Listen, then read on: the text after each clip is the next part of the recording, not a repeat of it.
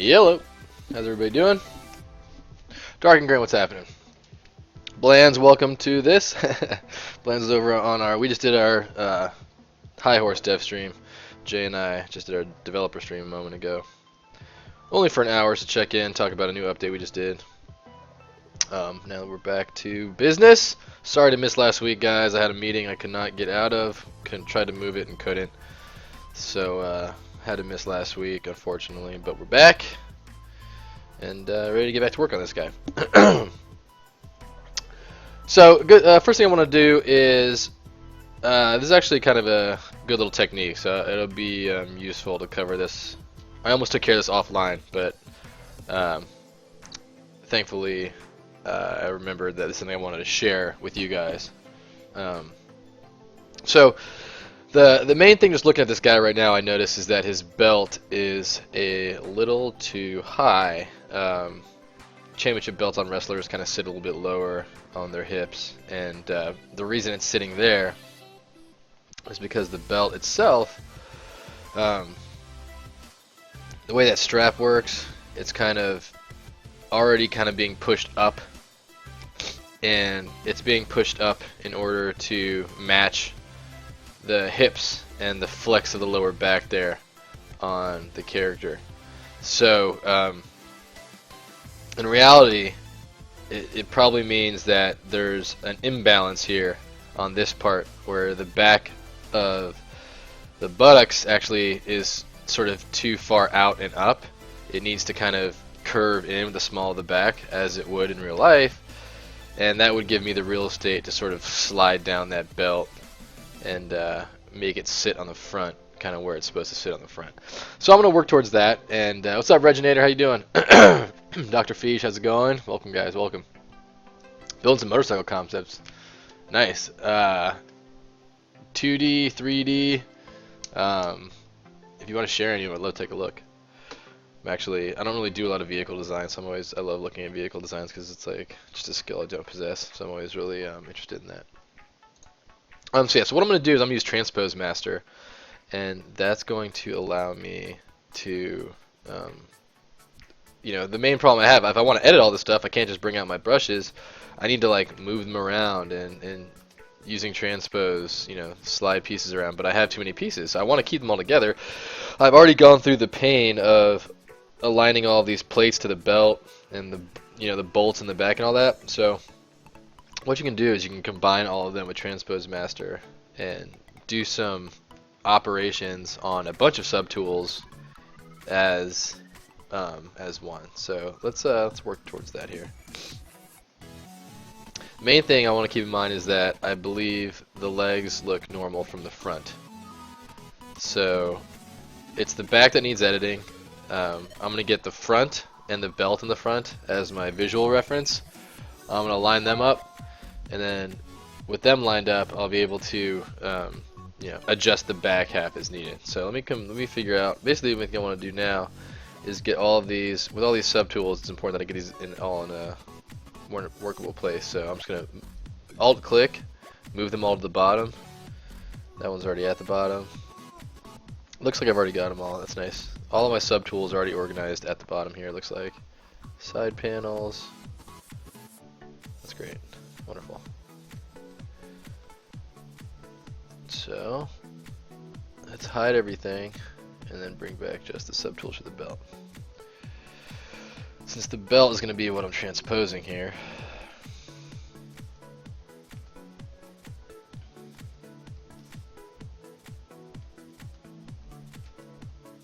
you know what? This is going to be a lot faster. Because these aren't that complicated, I'm just going to do this.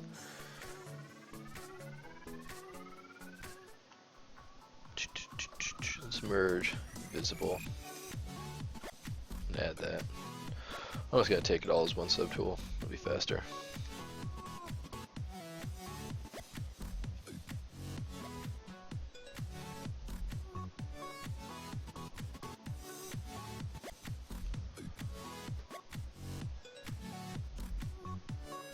Oh wow, it's inside out.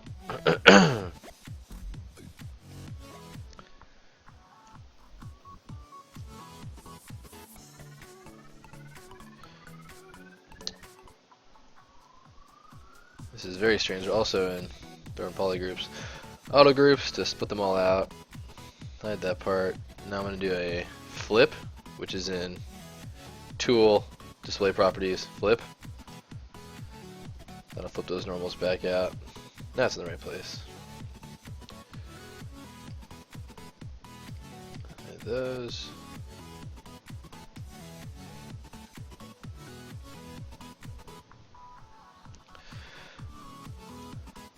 Probably bring these back. Mirror weld.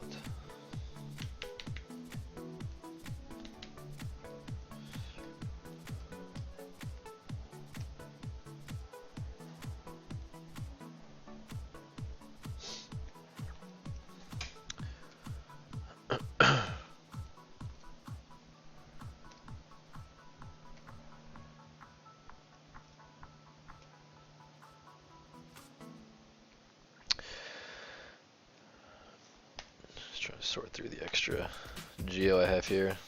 It's a problem when you have too many parts. Things start getting in the way.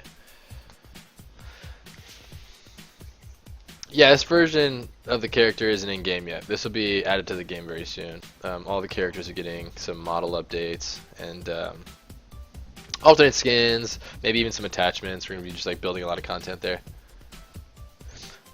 Yeah, Dr. Fish, this is a wrestling skin.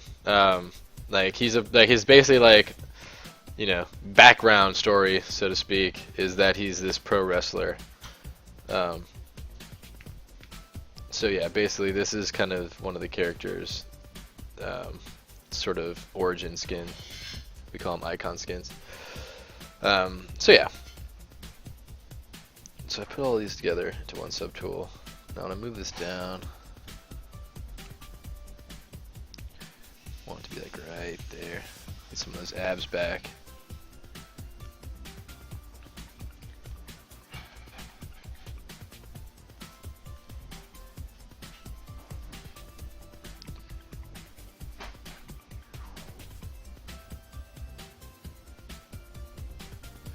I think the real thing to do is just going to be to edit that geo manually. Okay. So what I'm going to do is probably a little bit too far down, maybe like right there. That's not too bad actually. I think if I edit the wrestling speedo a little bit, that'll fit kind of well. It's always important to check your work small. Zoom out, see it at a tiny angle, make sure it fits. Now it feels kind of low actually.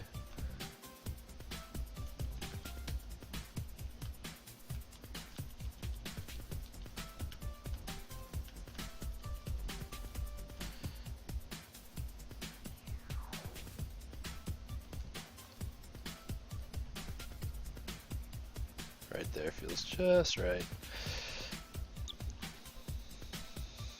Okay.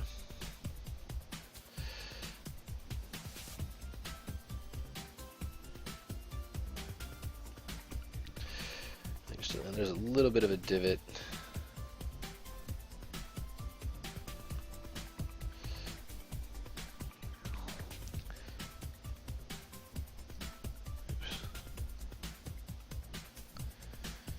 Subtool here.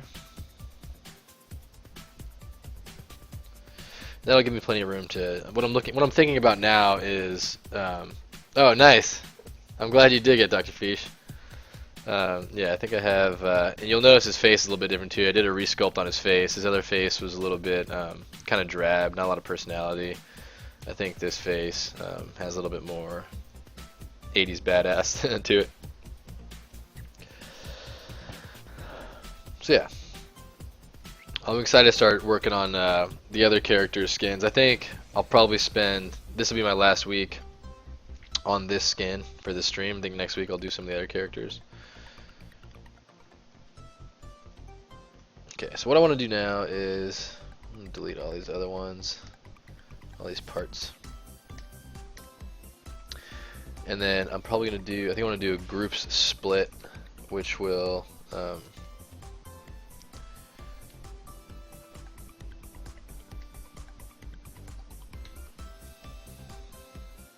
split all of these by poly group. Well, I better do a merge similar groups first because I want to combine the ones that are the same. Now I'll do a subtool group split. Now I'll put them all back on their own layer again.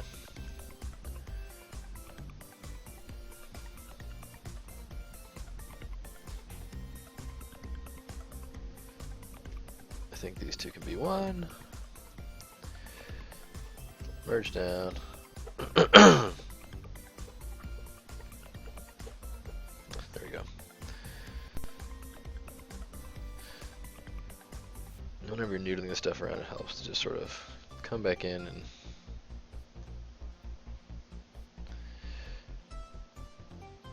make sure you don't break anything.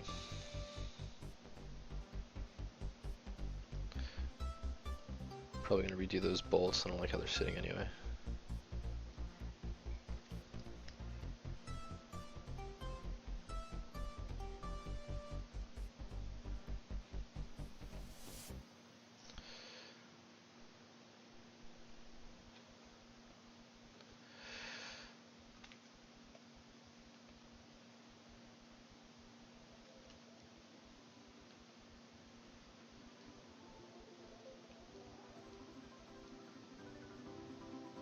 And this is obviously just this little sketch right here. Like this will be a lot cleaner when I actually dig into that piece. This isn't detailed yet because it's important to do what I'm doing now, which is to just establish the rough shapes, place everything out so it's in the right place, and then when things are in the right place, you can work a little bit more comfortably knowing that like whatever changes you make, they'll line up, you know, where they need to be. Like you can kind of be confident that now I can dig into the detail of this piece and then I'll be done. I won't need to like working with detail. Like you want to get like the base shapes in place before you start digging into detailing. So that's why it's important to keep things kind of low res for the time being when you're doing this stuff. And then when the exciting stuff starts happening, that is detail and stuff, you know that you're not going to be making these sweeping changes anymore. You've nailed down the sort of base changes where they need to be. I just like want this one edge to be farther down. So move edge.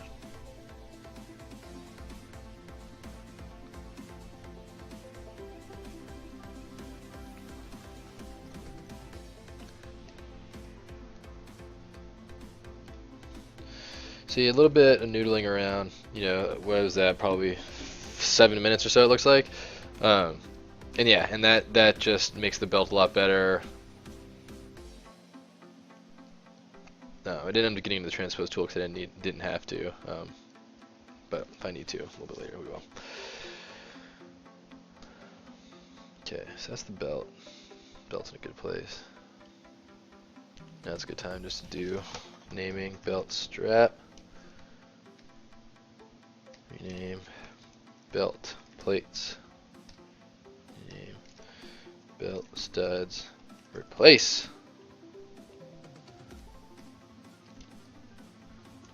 I'm gonna remind myself to get rid of these because I'm not happy with them. They're a little too warped. I lost something in translation when I was moving around.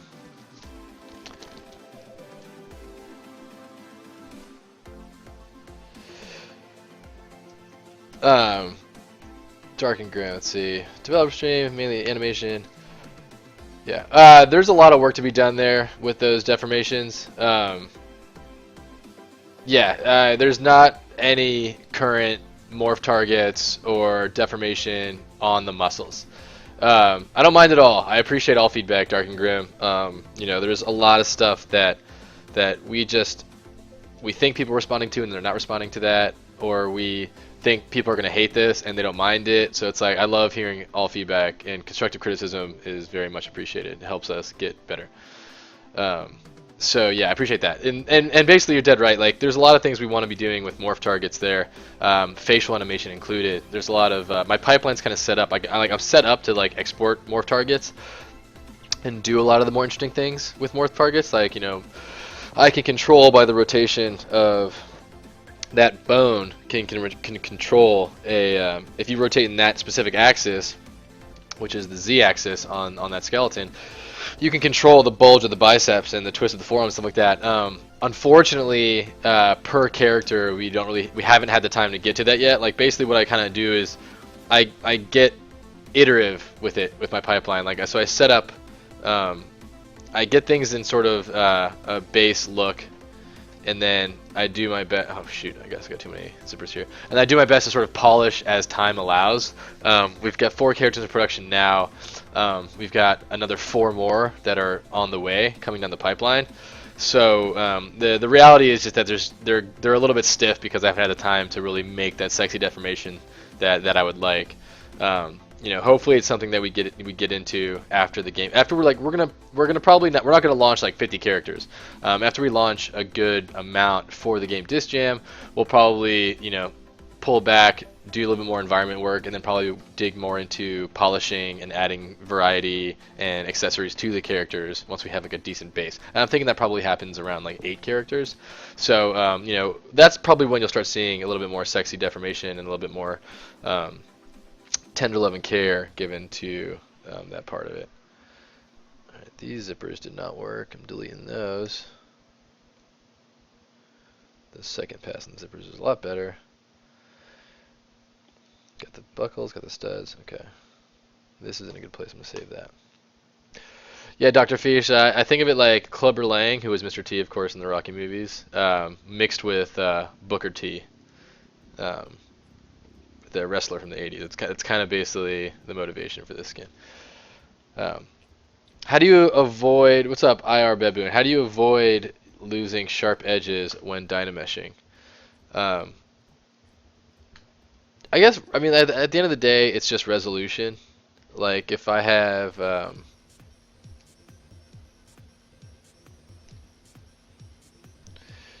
you know, obviously at that point that DynaMesh works. But say I do crease poly groups. It's not poly group. Group by normals, crease poly groups. So super hard edges right there, right? If you have enough resolution going in and it's way flat.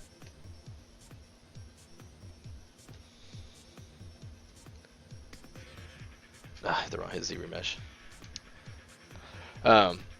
You're always gonna lose a little bit of sharp edges in DynaMesh, Baboon, but like the thing is, if you give it enough resolution, you know, you'll preserve what you need to preserve. Like, you know, it went from that to that. You know, you still have a reasonably sharp edge there. And then after you do that, you can then take polish by groups and get those kind of clean edges right back. Because if you have a nice poly group there, you know, even if it like messes with your geometry, like you'll create polygons like that. You know, obviously it's a plenty hard edge. So if I have, say, like a clip curve,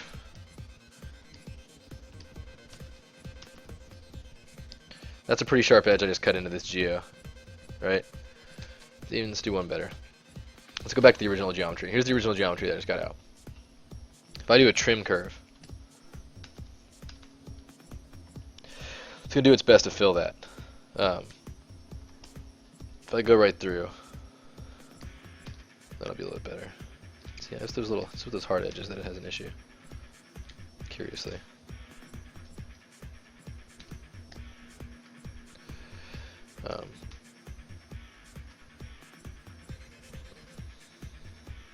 So some decent amount of geometry there, and there's poly groups at the edges of all these.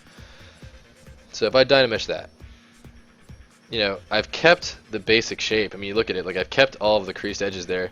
Do a polish by groups because all those poly groups are there, and yeah, you'll have some deformation problems here and there, but you know, nothing you can't solve with like a keep groups ZRemesh, and that can come in, and that'll do its best to sort of fuse along those surfaces there.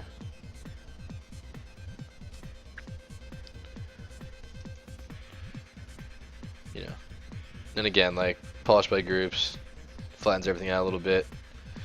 You know, that's all, you know, ZRemeshed and DynaMeshed creases, poly groups. Like, I've maintained all the edges, even though I've clearly went through DynaMesh and back again. You know, here's DynaMesh again, but you know, I basically maintain those hard edges throughout all of that.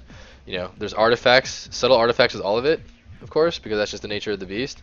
But I can always come in with my H poly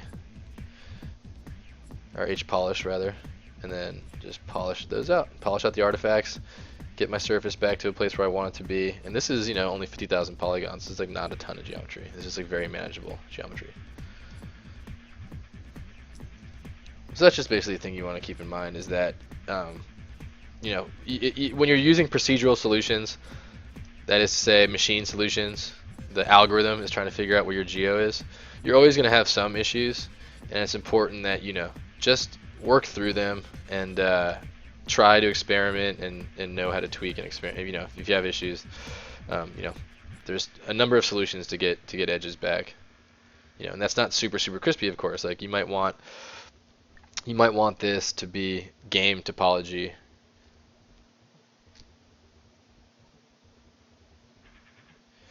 But when you ZRemesh and you notice you forgot something to delete from the mesh,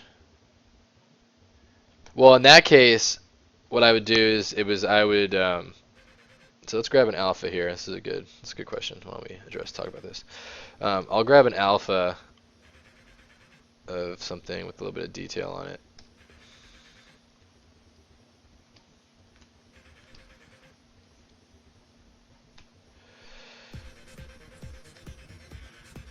And then, let's see, let me go standard brush with an alpha.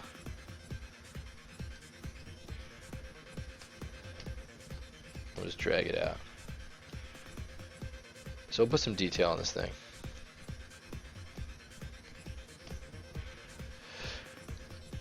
The key, I think, to remember is that you want to duplicate it off, get your other one, ZRemesh to say half.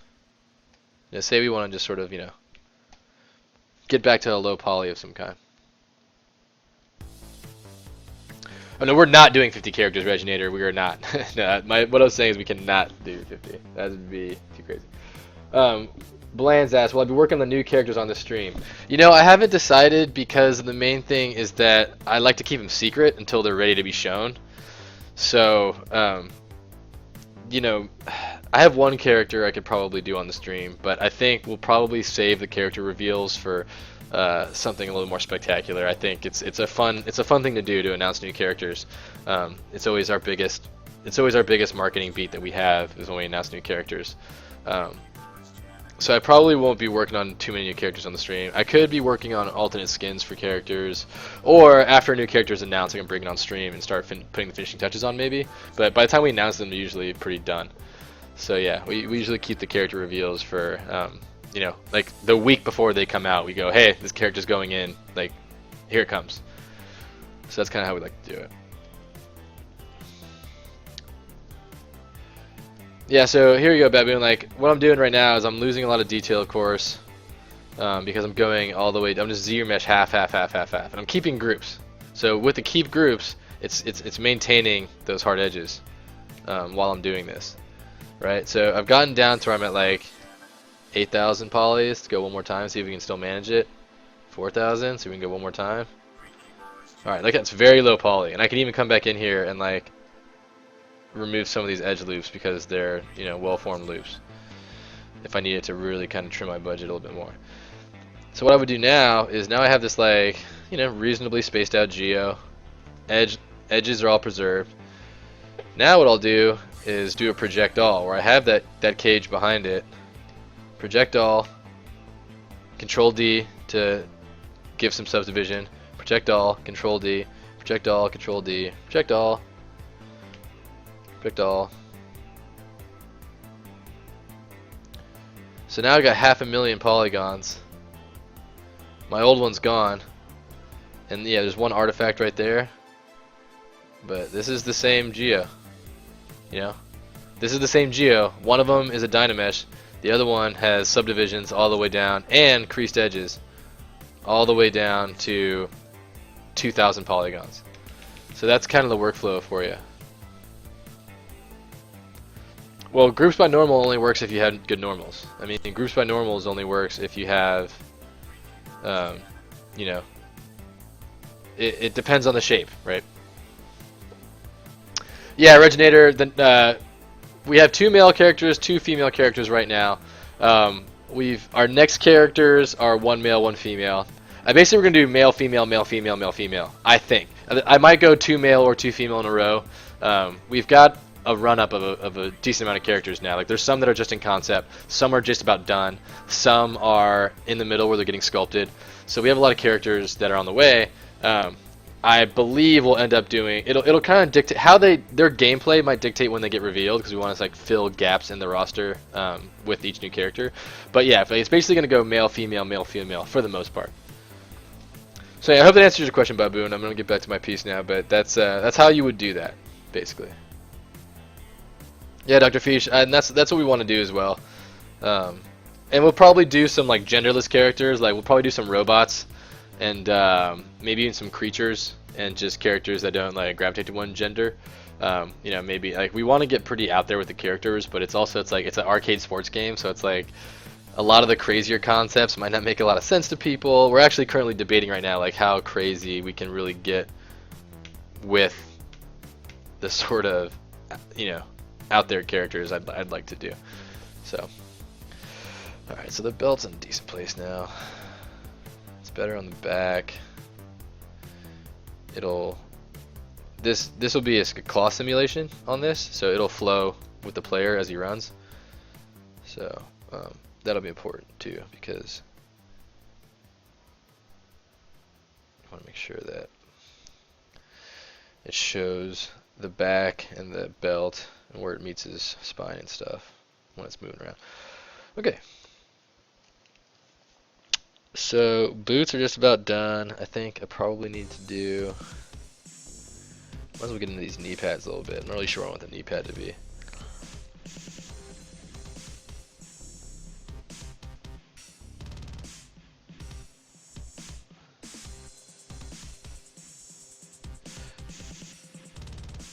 I know that I'm probably going to want to pull a knee pad off, mirror and weld it, and then just build a decently cool knee pad and then place it back in there. I think that's probably what I'm going to need to do. Evil Sniper is Disc Jam. This is the game me and my buddy Jay made. That's our game. So that's what this character is for. That's what all the stuff I'm making on here is going to be for. Fish person. Fish person?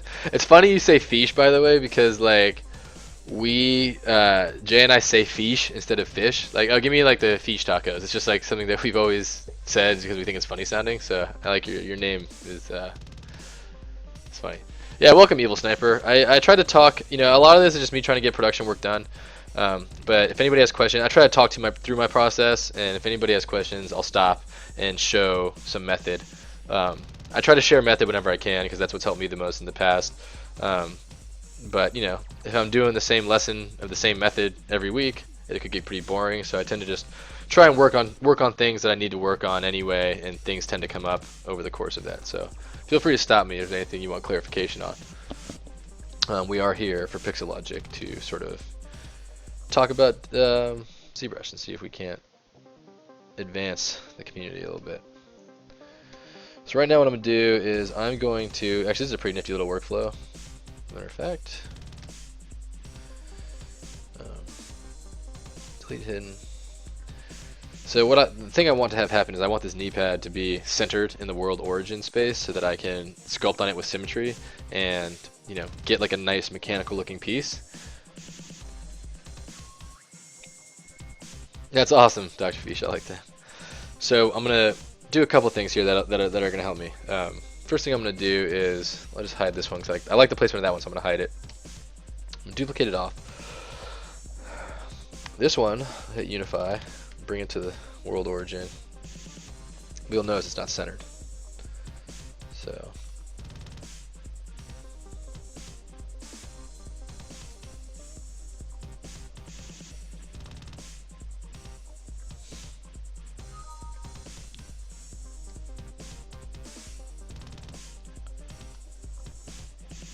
oops.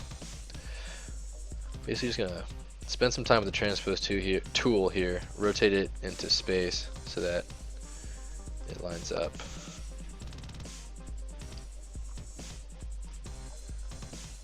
It's just a matter of noodling around.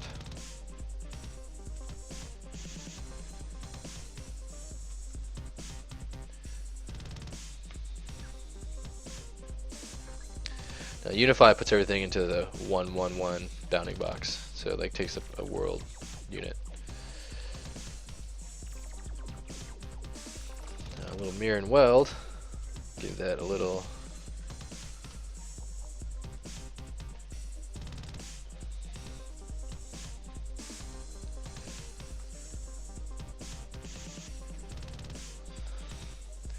bring out my Z modeler, do a collapse edge, pull those to the middle. Mirror and weld, everything looks pretty good.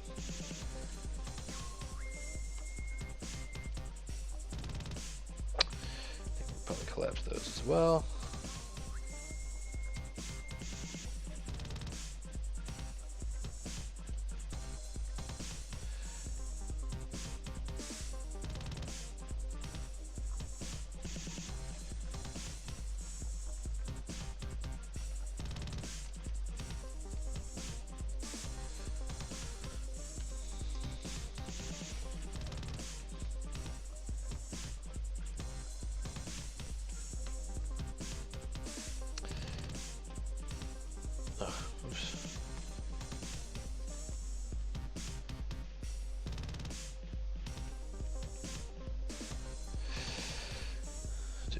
Weld points, the big weld distance, you might just close that.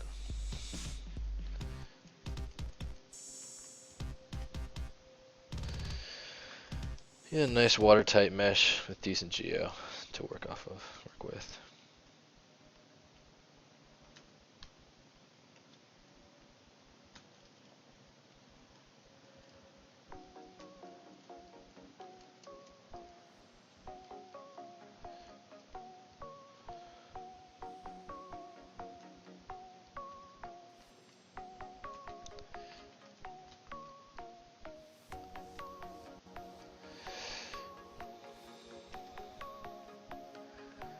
This is a little bit obsessive of me, but that triangle is bothering me.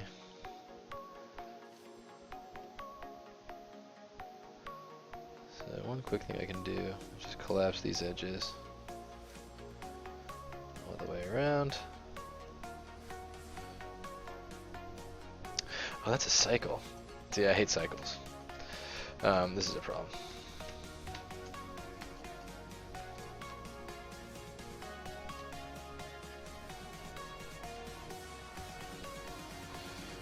That's better. Just did a quick ZRemesher because I'm just not happy with that last shape.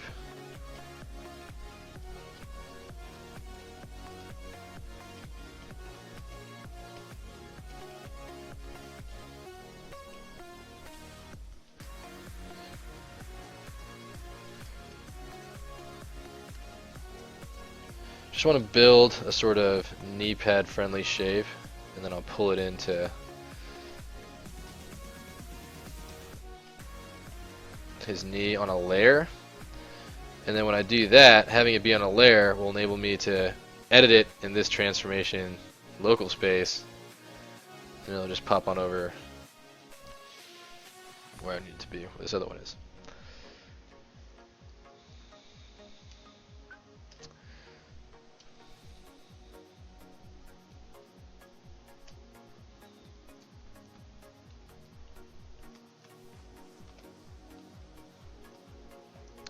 Now all these edits I'm making to it right now are being saved on that layer.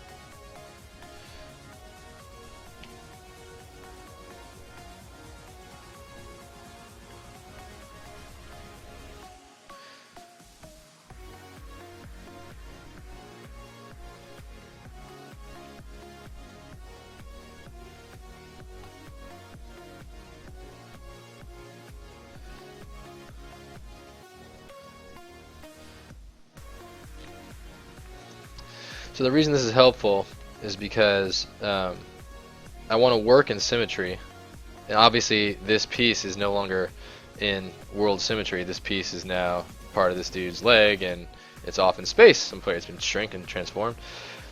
But you know, it's sitting nicely on his leg. I think it's a little crooked now that I've zoomed out, so I can just give it a little twist here, slide it over, maybe in a little tilty.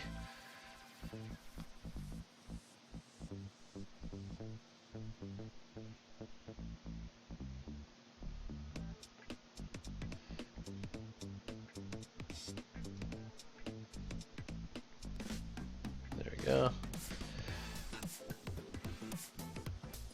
That's sort of the spine of the leg is kind of all right through there. It's all lined up with the middle axis, but just a little more tilt. There we go.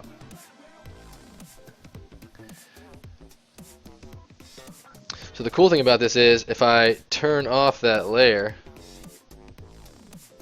now it's still right here. So I can be over here making edits to it, do a bunch of modeling on the thing with symmetry, and have you know, the symmetry here, and then I'll turn that layer back on, and then boom, off it goes. Obviously the stacking of that is not good for anybody though.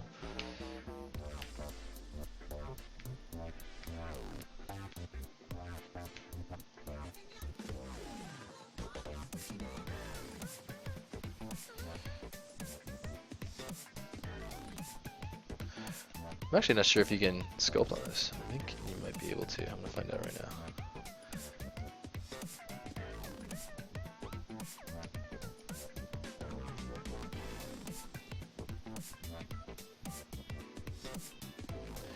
Yeah, of course. I'll just do mirrors for that stuff. I try to break up the symmetry, so I might add some sort of variance to the two of them to break the symmetry up a little bit. But yeah. Looks like that multiplies on top of it.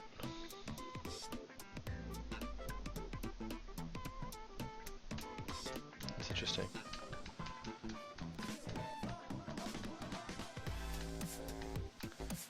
I guess with scale is the main thing. I think you want the scale to be smaller.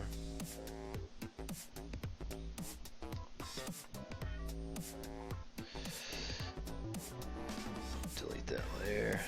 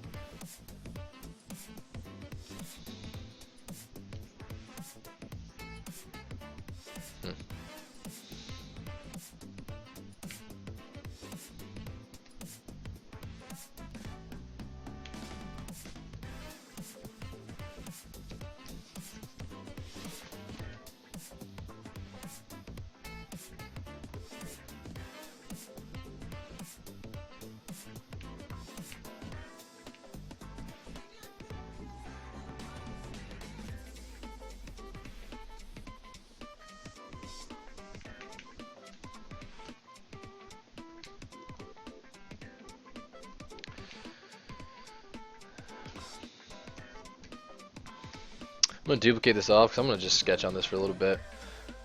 I'm not super sure.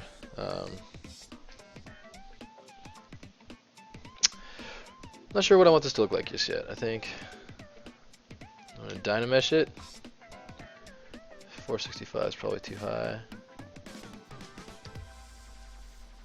There we go.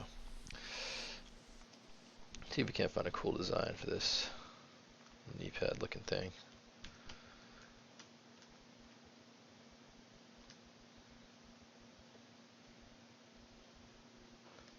Even less resolution, 30,000.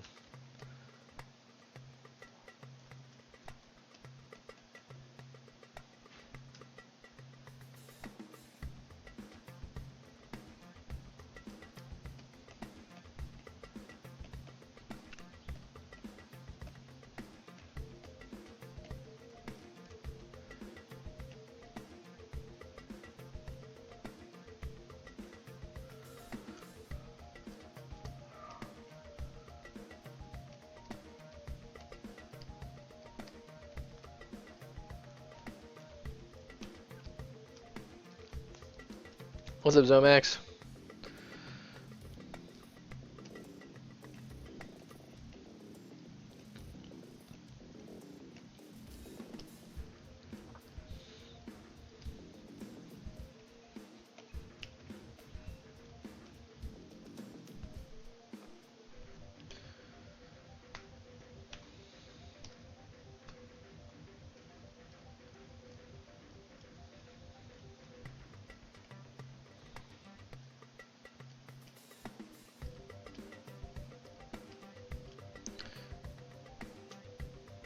This thing painted? Why would it be painted?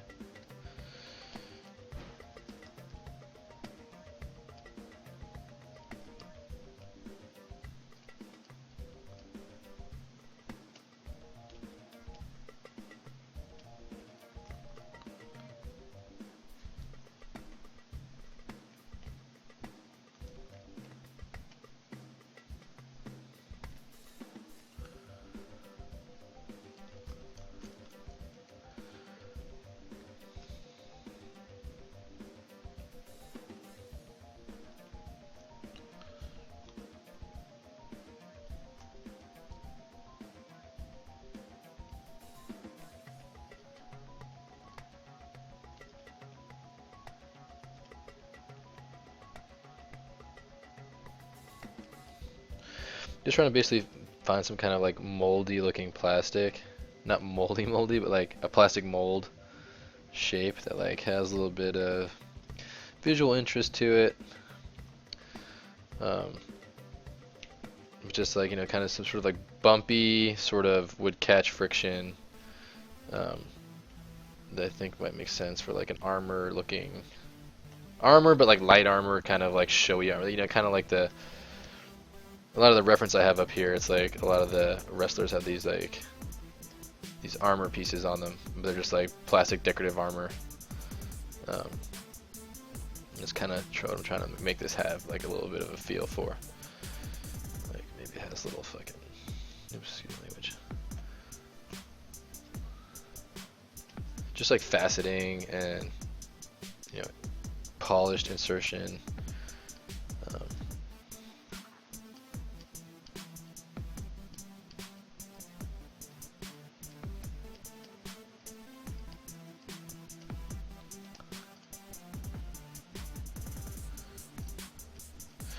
This is basically just a 3D sketch right now. I'm just kind of figuring out what I think what might be cool.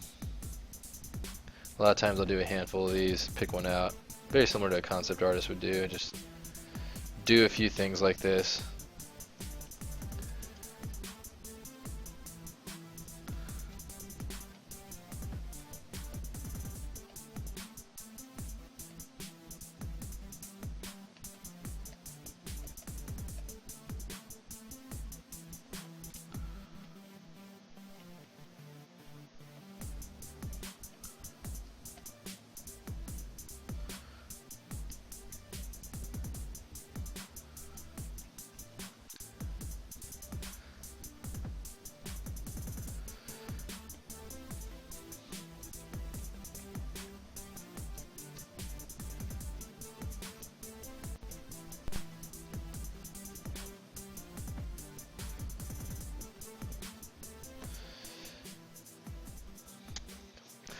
I don't really get to use my pinch brush all that much, but I think this is a good time to use a pinch right there. Yep.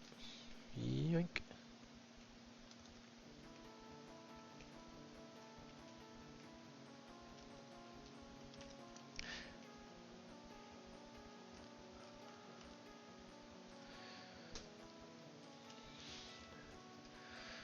I think, yeah, like a little bit of like a screw bed right there.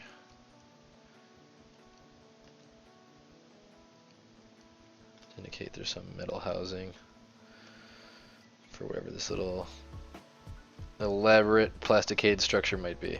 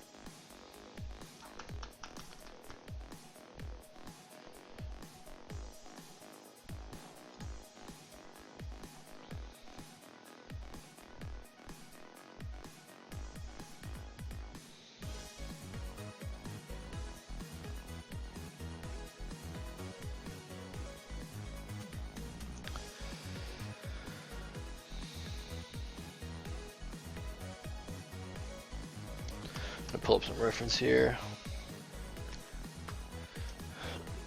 Ow.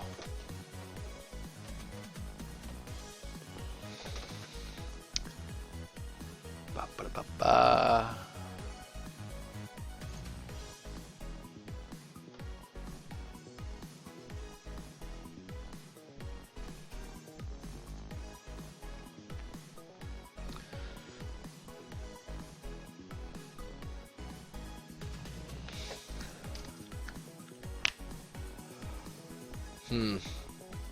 Also might be kind of interesting to do, like,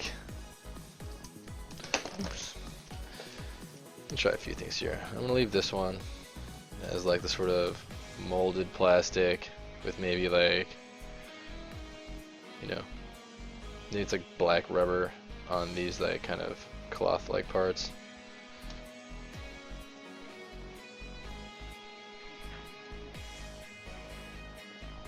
This would be like the rubbery bit.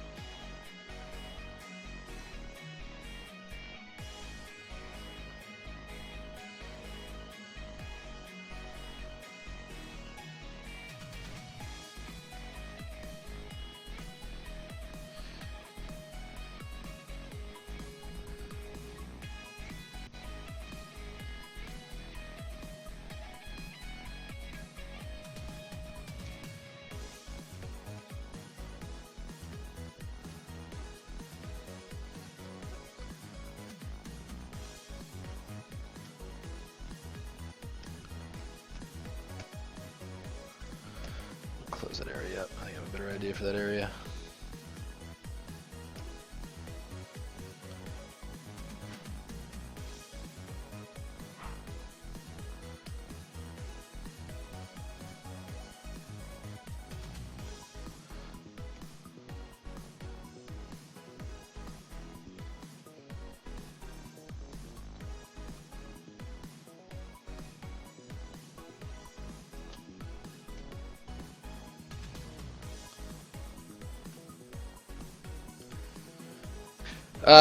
Reginator, it's a little bit different. The pinch brush isn't so much for creating, like you'll notice like right here I have like my cut brushes, right? These are all the ones that kind of cut into a surface. That's actually a good question. Let's do a little demo. Let's do a demo. Illustrate the point now. There we go. All right. So get ourselves some geometry here. Delete lower. Right. So like if I'm doing, you know, say it's a hair shape, right? Like, let me use some of that. Got a snake brush. Right. If I'm doing like a hairbrush a lot of the time. The damn standard brush I would use for like cutting in creases, pressing Alt and popping them off, and you start getting some really nice waves. There's a lot of like with a curved brush like that, not a curved brush, with a cut brush like that, what you're getting a lot of is you're getting a lot of natural pinch, because it's like as you press harder, it like pulls that geo into itself. But not as much, you'll notice, as like a proper pinch brush, like the JAH cut brush, has like a native pull within it that like does it, like see how it pulls the geometry? It'll seal the cut, and it makes for some really cool paneling. Like I'd like to do it like if I was doing a soccer ball, but up this intensity a little bit. Probably want to throw on lazy mouse to do precise things like this. But like, you know, it enables you to kind of do stuff like that, like where it's like it's pulling along with it, yeah, so on and so forth. The pinch brush, however, is only the pinching action. So the pinch brush will only pull the areas together. It doesn't do a line creation. It's just like if you have a line, and if your line's a little bit separated out like that, like if you have a little bit too far apart, the pinch brush is good for like, it just basically attracts peaks to each other. So when you have geometry, it's a little bit unwieldy, but if you have like a specific thing you want to just like pull together, like that worked great. Just fucking whoop.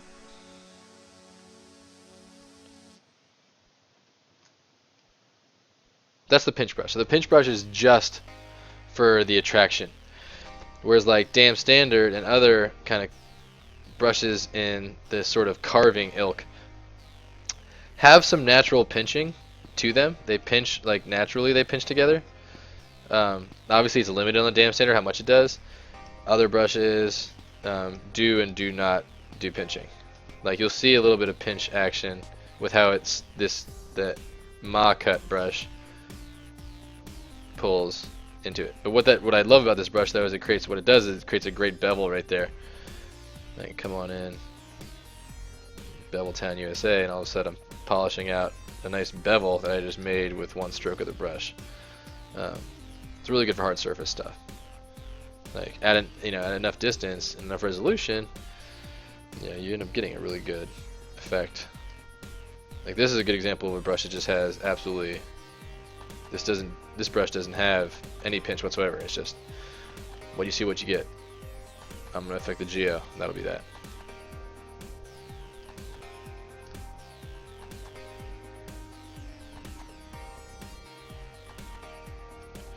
So yeah, hopefully that's helpful to you. ZBrush is a big time about just getting familiar.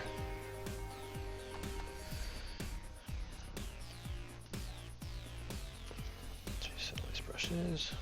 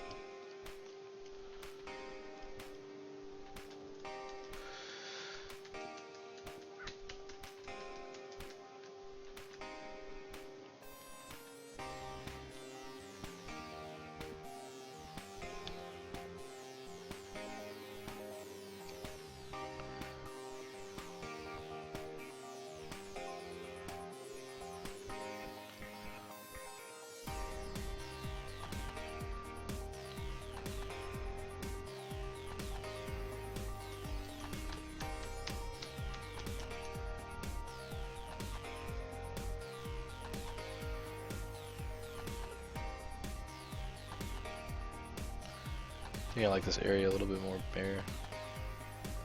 It's a little too busy if I add anything to it, I think.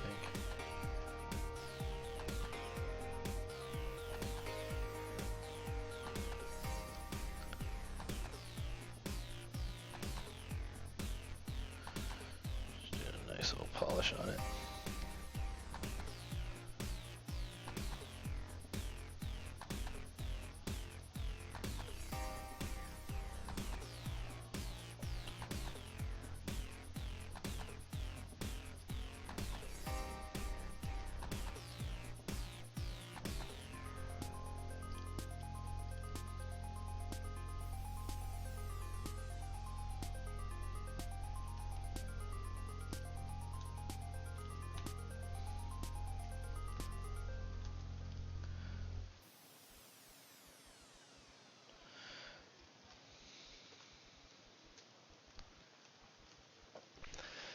That's a decent enough shape, I think.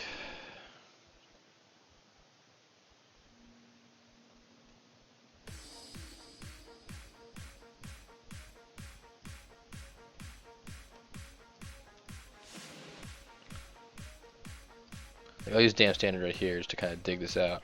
Because Damn Standard is based on the standard brush, hence the name Damn Standard.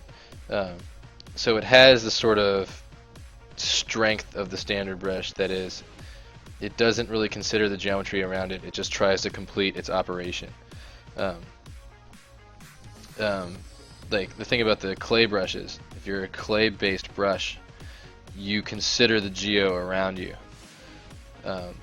in that you're basically using context to determine what the stroke should be like. Clay brushes, for example, try to fill valleys, like they find lower areas before they start laying down volume on taller areas.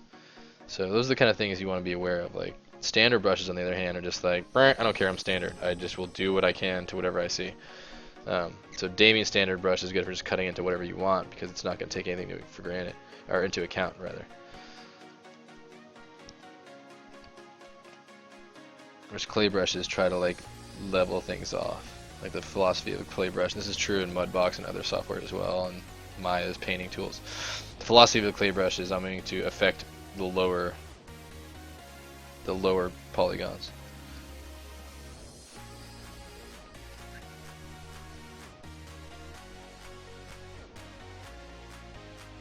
If I can, of course. Like it'll build on what it finds.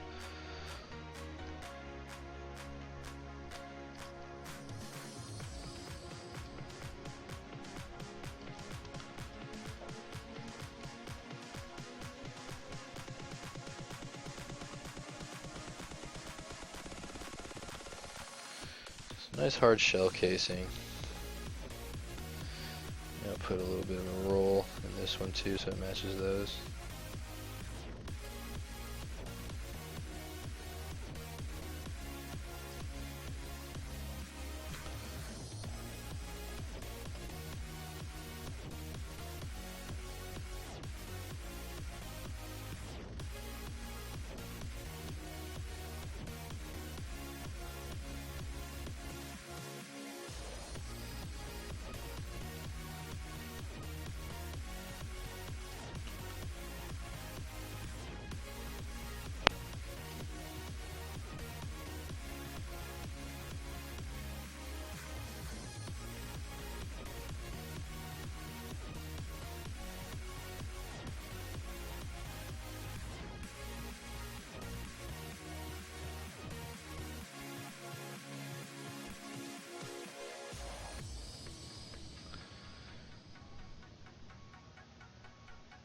No, very bad.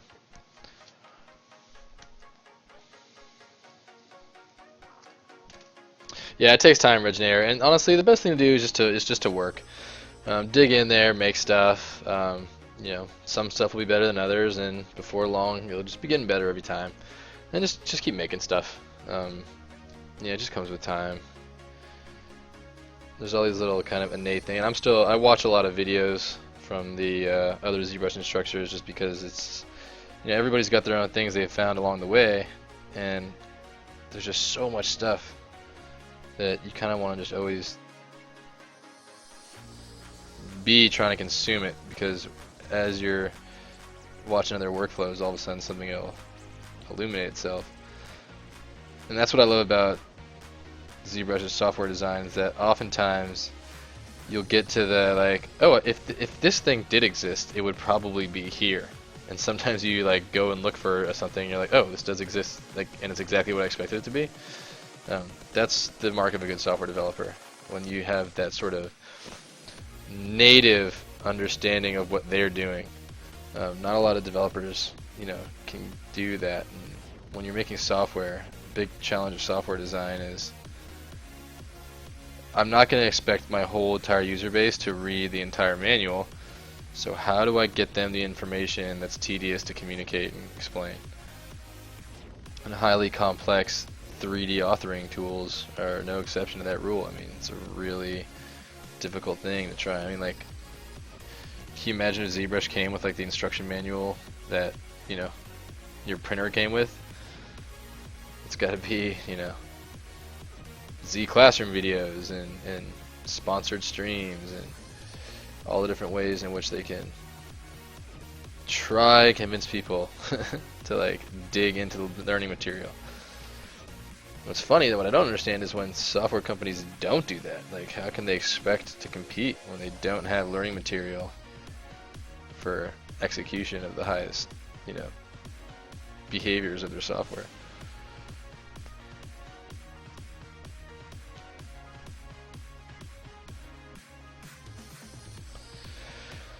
Right now I'm just thinking about what lights I might like to put, because I like to put little kind of emissive lights on the characters, and I'm thinking right now this might look pretty nifty if the old boy had some little light diodes here and there scattered on the kneecap here.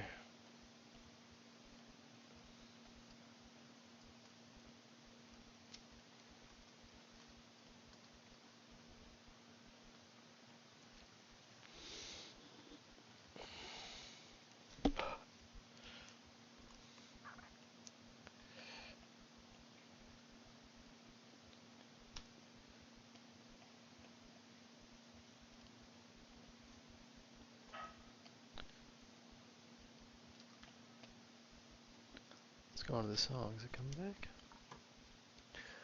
Let me know if the music's too loud or too quiet, guys.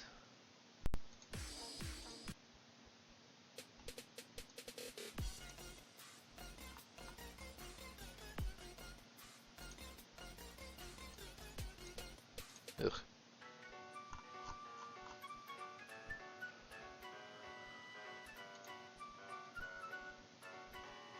Up in My Jam. That's the name of the song.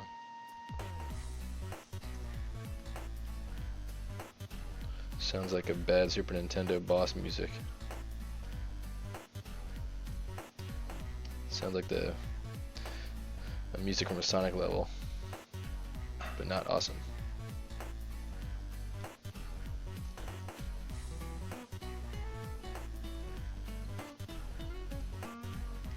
This is totally music for like an iOS card game.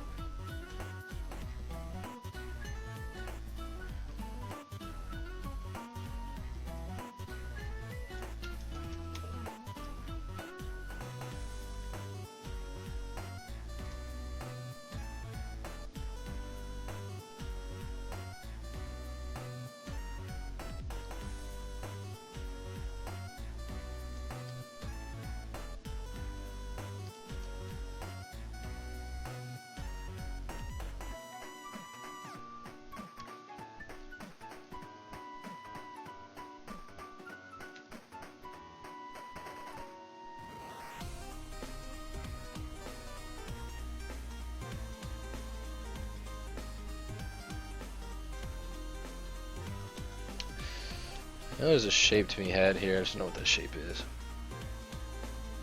think that might be it.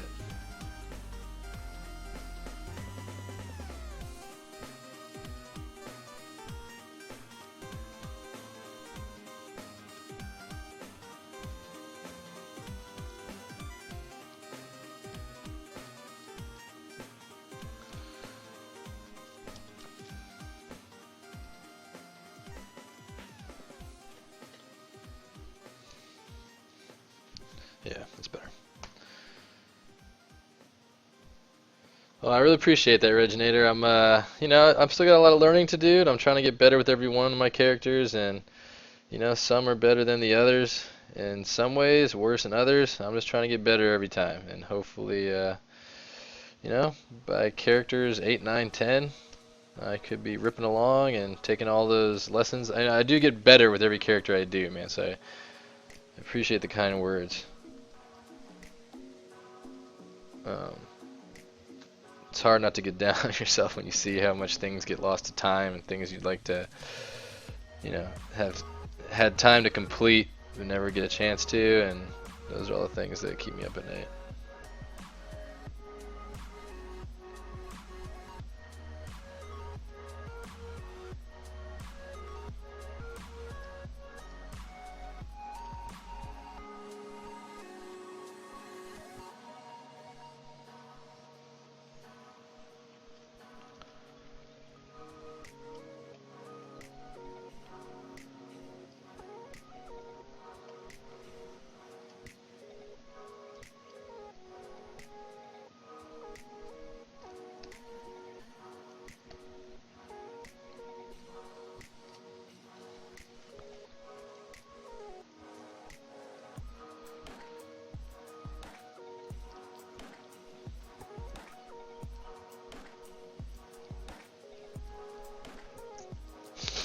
Yeah, it's a pretty interesting little pad there. I think I'll do a metal kind of bar.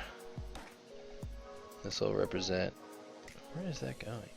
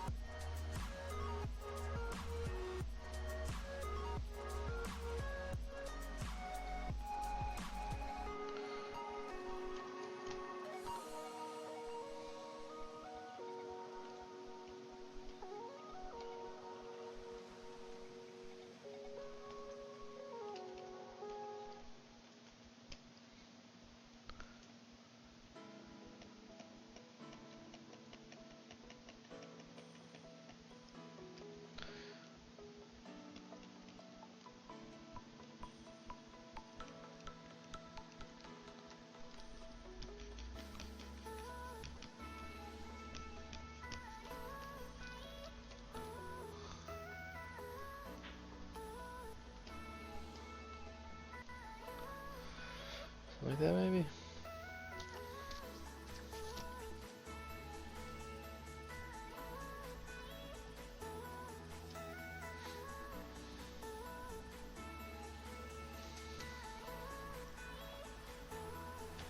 Fights that too much.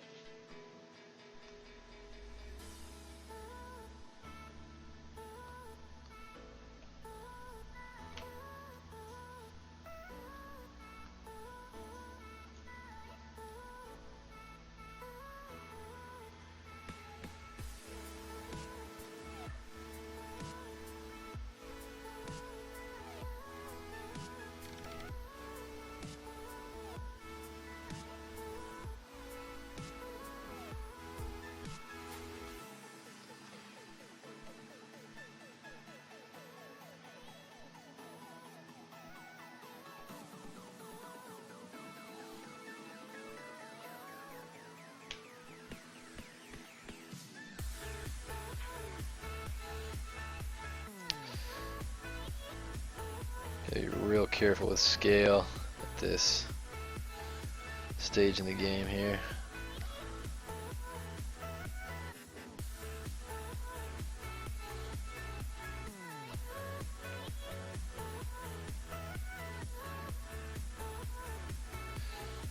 And this is really just a 3D sketch. This isn't, you know, a final knee pad. This is just a decent look, I think, that might work well for this piece.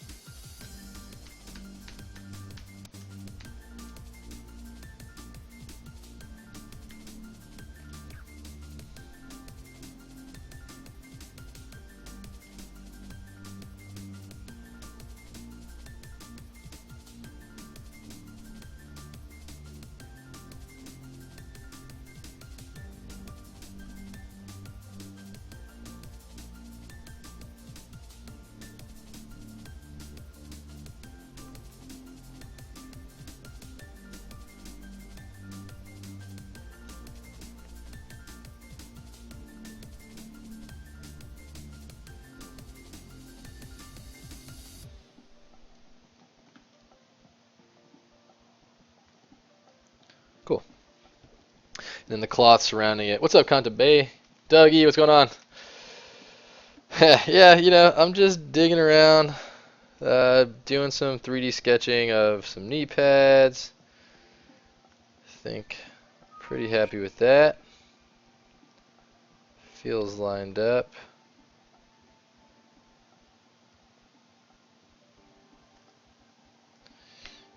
Part of me thinks it's a little tilted.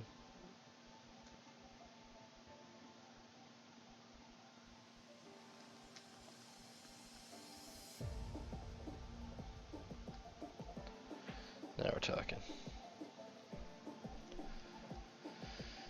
Yeah. And then what I'll do is like this part right here that's cloth, I'll subdivide up, and that'll sort of encompass that part and get stitched into it and be sort of like, you know, the nylon knee wrappings, the way like these guys would be. Yeah, Reginator, I agree. Like it's you know, just like all the 2D stuff. I don't know if you saw my stream last week, but if not, you can go check it out. But I talked about how I get into the 2D stuff. You see this like this line art project right here. How I get line art out of ZBrush when I'm just trying to like, you know, set up a model, do some quick paint overs. You know, I talked about all that in the beginning of the stream last week, so it might be something you might want to check out.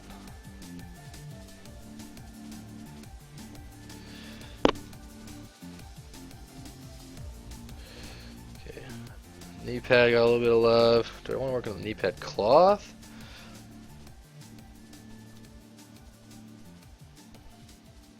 I think it might be a good time to fix the belt. Do I have high poly detail here? No, I don't. Okay. Start working on the detail. Alright guys, I'll be right back. I'm going to take a quick break, grab a little drink of water, and give me about 60 to 90 seconds. I'll be right back.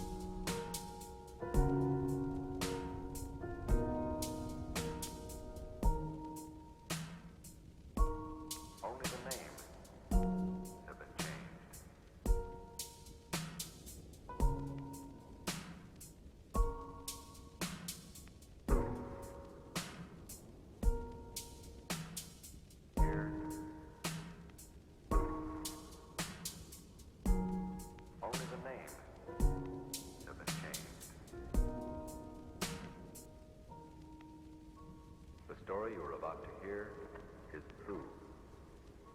Only the names have been changed. Only the names have been changed.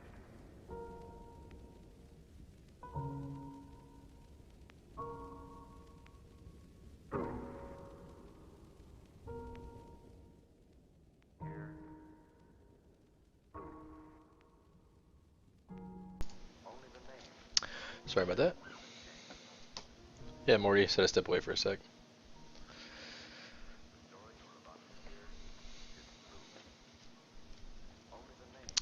You know, now's probably a good time to start with the color palette. I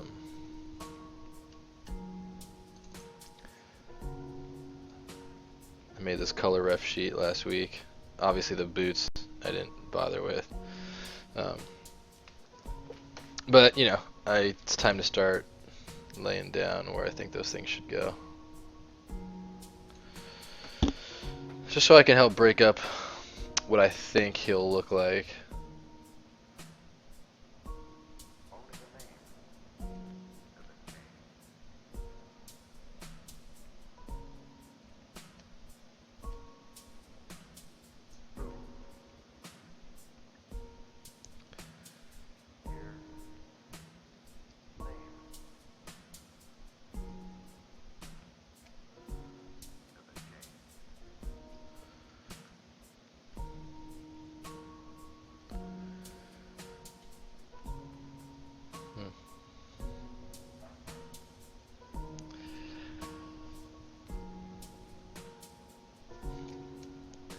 I've already got this mesh here that has the body color information.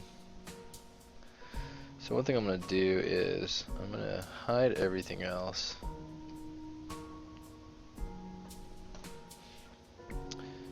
Show the body.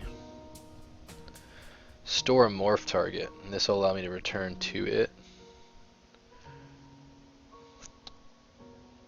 So morph target stored